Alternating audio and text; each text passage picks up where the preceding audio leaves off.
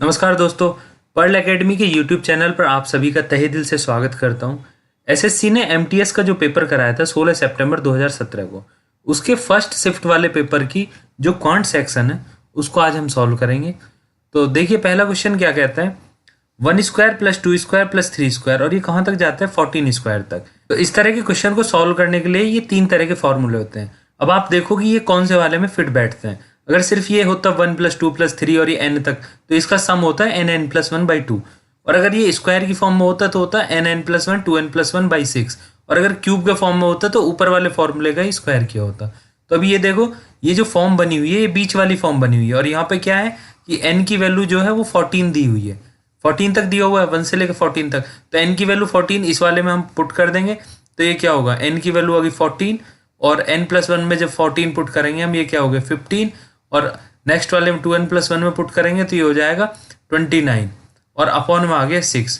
इसको हम सॉल्व करेंगे, 3 से जाएगा 5 टाइम्स, ये 3 से जाएगा 2 टाइम्स, और 2 से ये गया 7 टाइम्स। इनको मल्टीप्लाई करेंगे तो ये आएगा 1015। तो इस क्वेश्चन का आंसर क्या हो जाएगा, 20 का आंसर हो जाएगा। दूसरा क्वेश्चन देखते हैं। ये बोलता है 1 से 90 तक की संख्याओं में अंक 7 कितनी बार आता है। तो 1 से लेके हम 90 तक देखते हैं। मैंने यहाँ पे लिखा हुआ कितनी बार आया 7, तो इनको हम गिन लेंगे। तो ये कितना होगा, 1 2 3 4 5 6 7 8 9 10 11 12 13 14, और यहाँ पे 2 बार है 15 16 17 18 19। तो ये कितनी बार आया, 19 बार आया।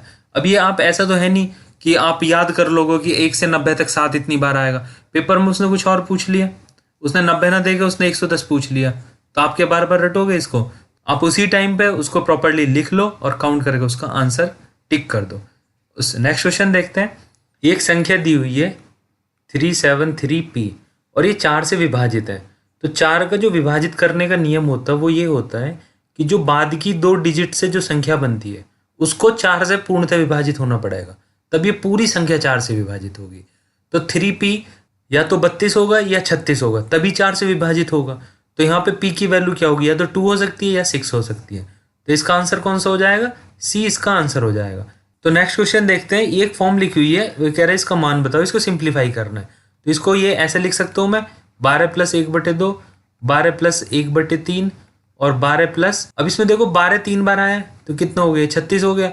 और 1/2 1/3 और 1/6 को एक साथ करके जोड़ लेंगे, ये कितना हो जाएगा 6। तो 6 एलसीएम ले लेंगे, ऊपर क्या बचेगा, यहाँ पे 3, यहाँ पे 2 और यहाँ पे 1, ये भी 6 ही बचेगा। तो ये क्या हो जाएगा 6 + 6, और इधर 36 पहले से चल ही रहा था, तो 36 + 1 कितना हो जाएगा, 36 + 1 हो गया 37। तो इस क्वेश्चन का आंसर कौन सा हो जाएगा, 20 का आंसर हो जाएगा। देखो नेक्स्ट क्वेश्चन देखते हैं।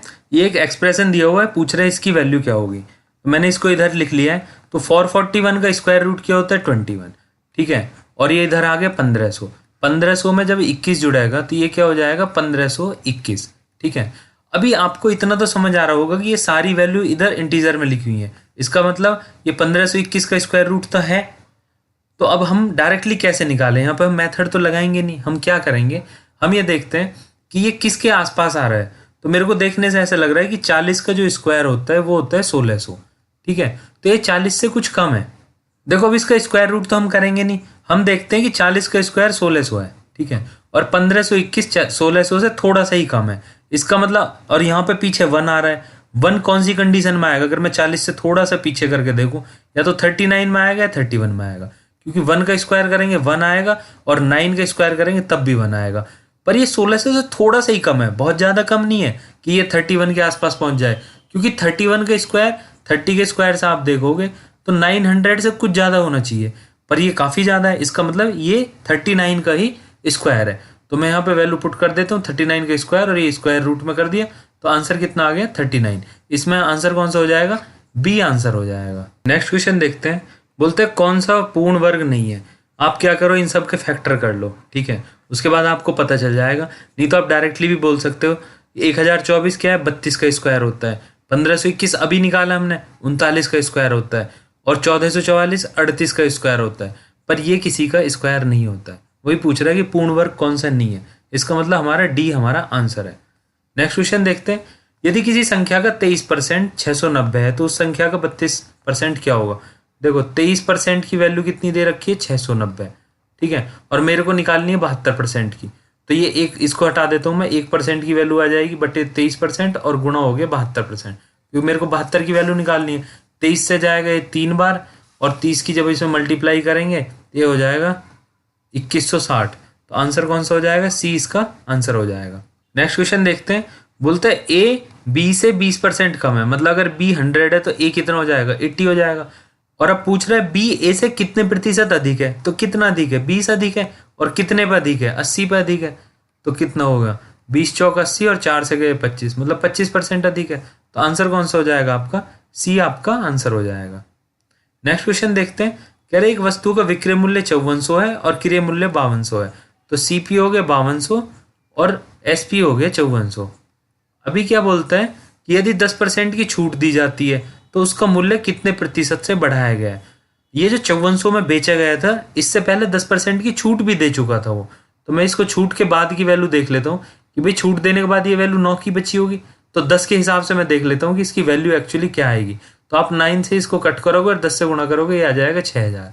मतलब इसकी जो एमआरपी वैल्यू थी वो 6000 थी। देखो आप 6000 का 10% कितना हुआ? 600।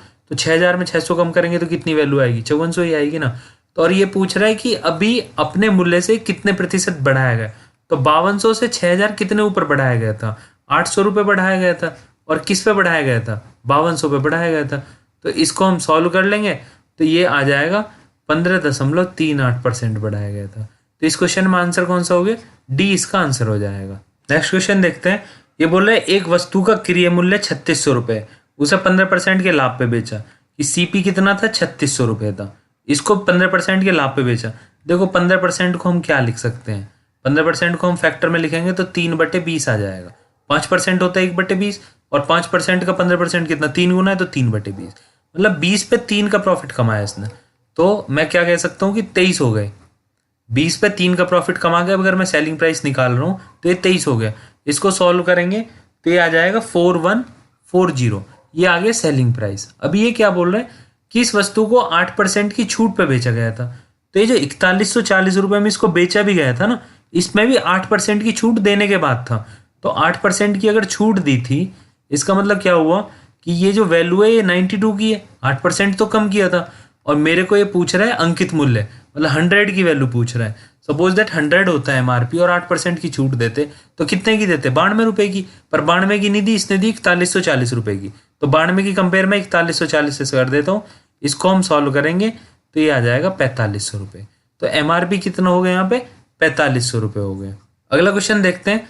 कह रहा है कि एक व्यक्ति 1 रुपये में 8 संतरे खरीदता है, ठीक है।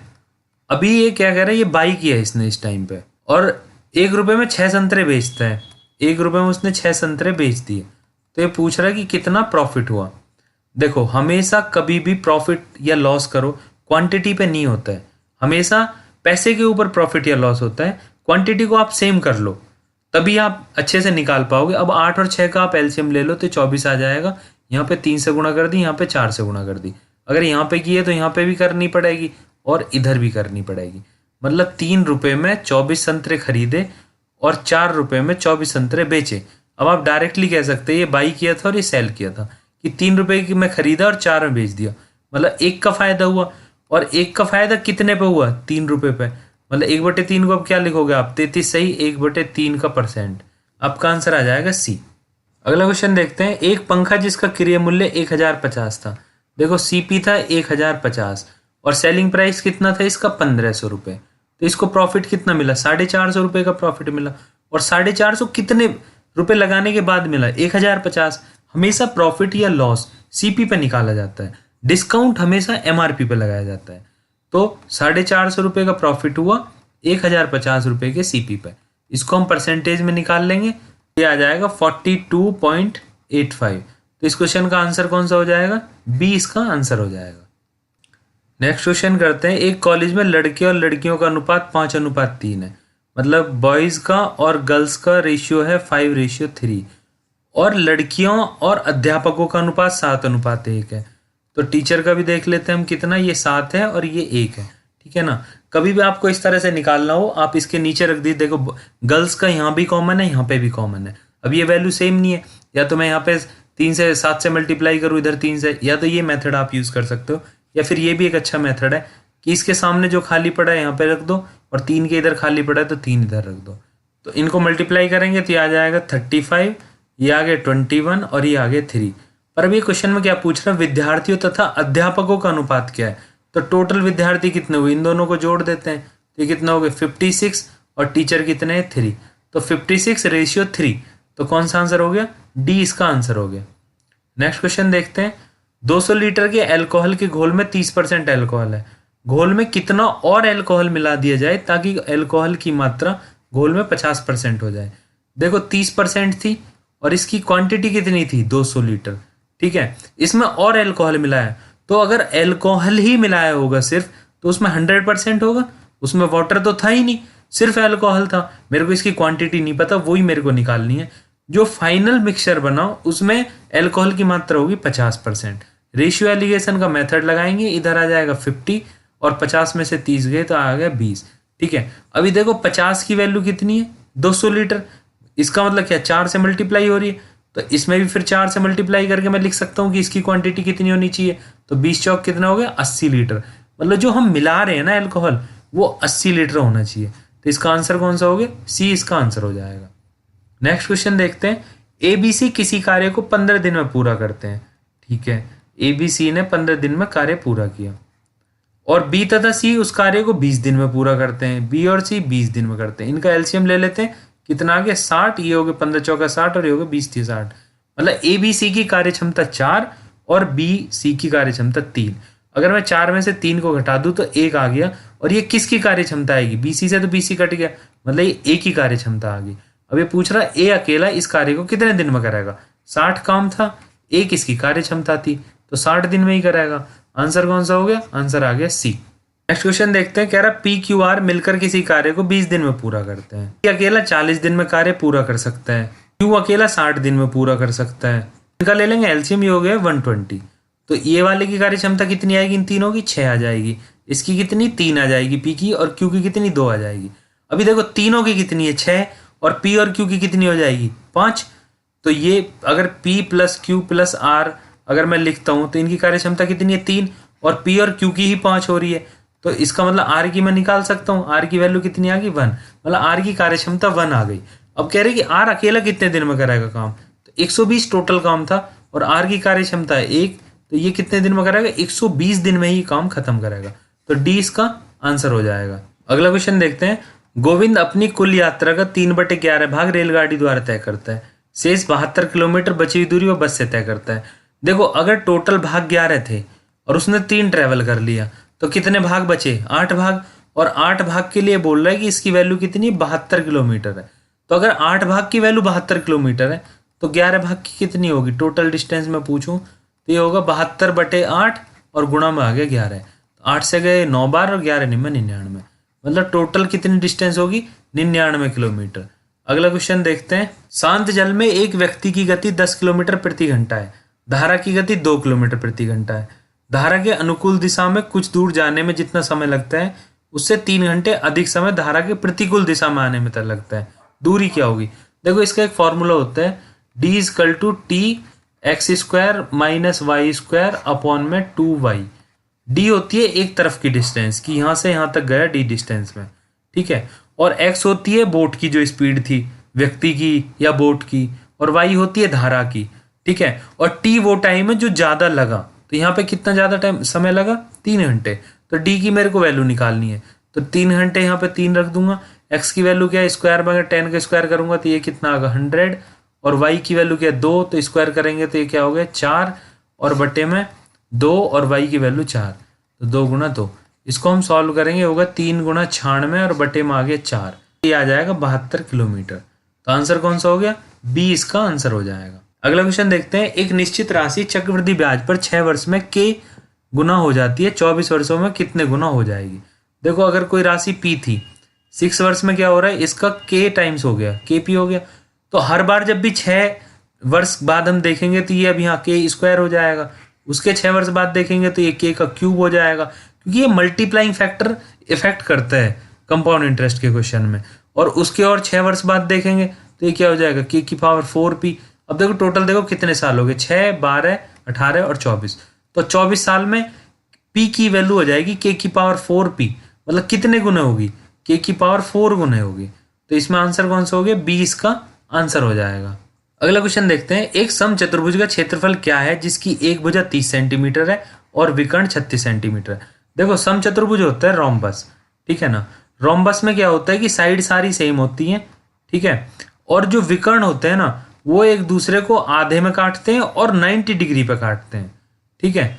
तो इसकी एक भुजा दे रखी है 30 सेंटीमीटर, सारी भुजा 30 ही होंगी, और जो एक विकर्ण है 36 सेंटीमीटर का, अगर ये पूरा 36 का था तो मैं क्या करता हूँ, आधा कट गया तो ये 18 बच गया।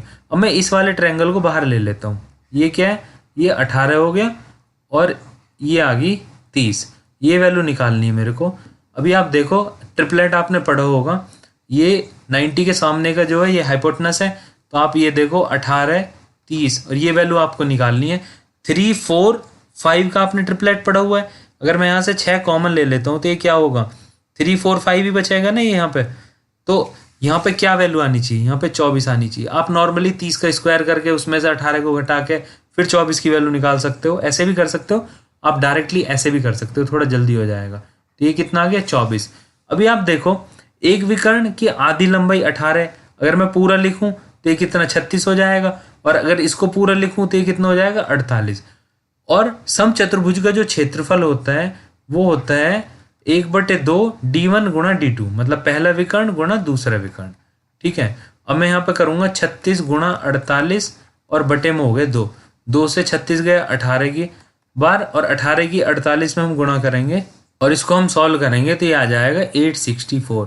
तो इस क्वेश्चन का आंसर कौन सा हो गया, बी इसका आंसर हो जाएगा। अगला क्वेश्चन देखते हैं, बोला सेक थीटा की ये वैल्यू दे रखी है, मैं ट्रायंगल में रिप्रेजेंट कर लेता हूँ इसको।